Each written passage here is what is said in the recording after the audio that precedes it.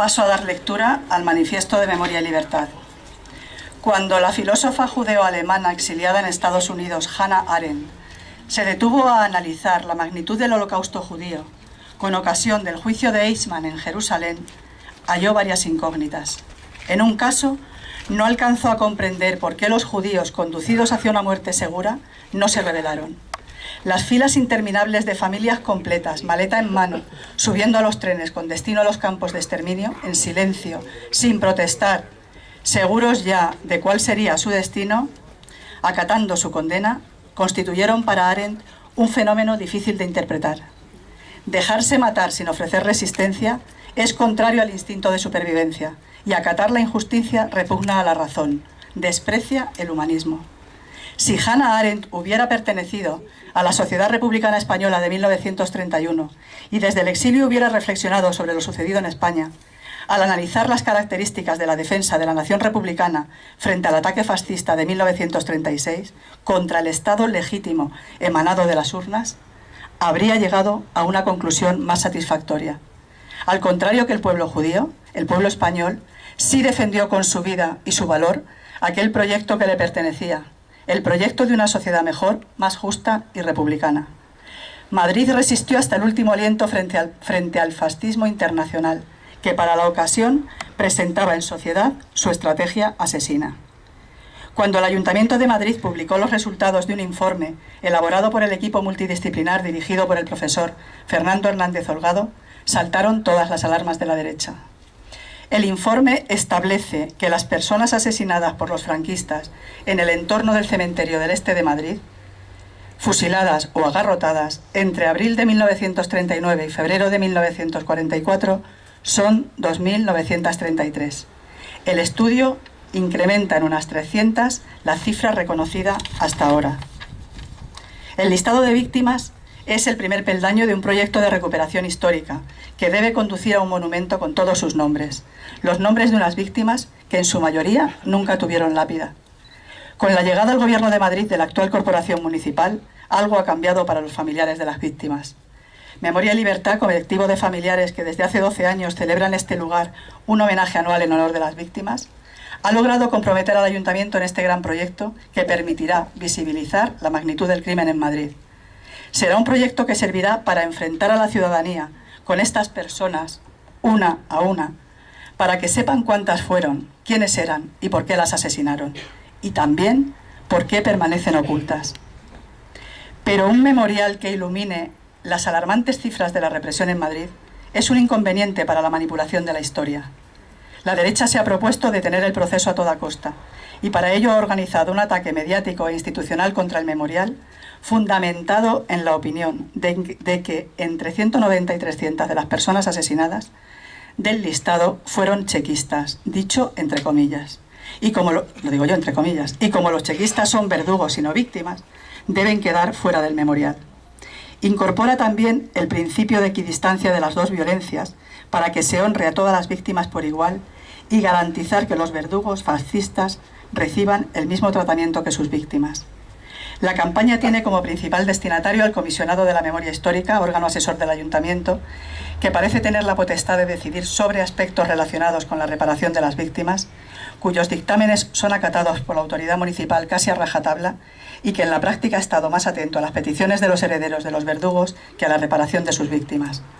Según los medios de comunicación, el comisionado habría recogido el guante del ataque de la derecha y en su misma onda tendría previsto un informe para que del memorial se supriman los nombres de los chequistas o se erija uno anónimo que incluya a víctimas y verdugos.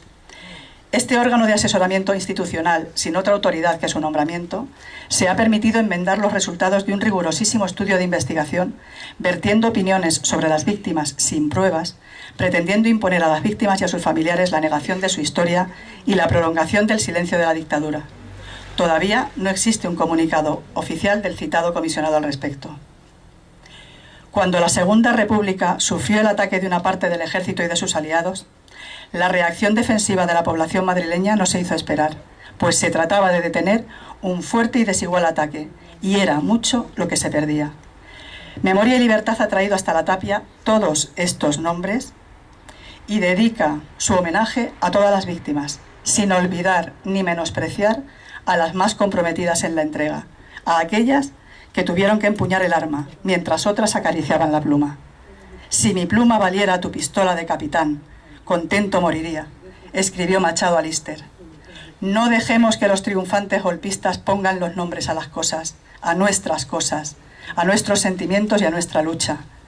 No nos avergoncemos de nuestras víctimas y de su república, que es también la nuestra, porque nada tan grande hubo en España ni antes ni después. Recuperar el lenguaje es también recuperar la historia. Ser objetivo e imparcial no es ser equidistante, sino lo contrario, poner distancia. El fascismo debe ser desautorizado, privado de su aureola de bondad. Los fascistas no son buenos y tampoco son iguales a sus víctimas. No pueden serlo porque son sus verdugos. Recientemente se ha celebrado una lectura homenaje de 400 nombres de madrileños muertos en campos de concentración nazis en el pleno del ayuntamiento. Todo fue muy correcto y no hubo voces en contra desde la prensa ni quejas del comisionado. Sin embargo, hay algo aquí que no cuadra, porque siendo aquellos 400 muertos casi iguales a estos 2.933, ya que solo los separa que aquellos se libraron de este paredón para morir más tarde en otro parecido, ¿a qué se ha debido la discriminación de trato? A que aquellos fueron asesinados por el fascismo malo, el ajeno, el exterior, y estos lo fueron por el fascismo bueno, por el propio, el interior, el único fascismo del mundo que sobrevive con la bendición de la Iglesia y el patrocinio del poder. Pero en esencia, unos y otros son idénticos en el alcance, mayor o menor, de su compromiso antifascista. Solo encuentran diferencias, en este caso las miradas turbias.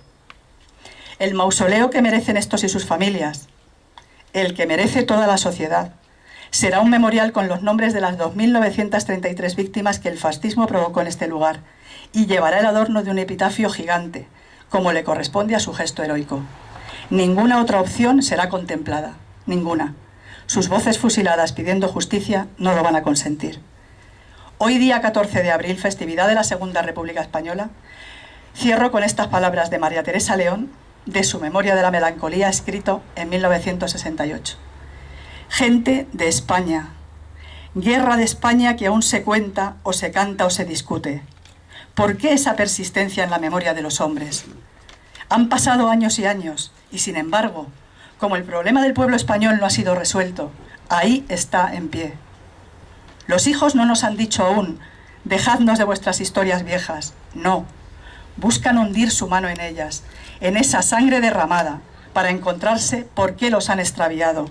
Los han extraviado sin historia, tutelados por ideas derrotadas, sin voto y sin voz.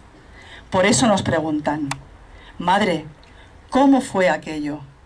Y nosotras parpadeamos un poco antes de responderles, hijos, hijas, fue una luz.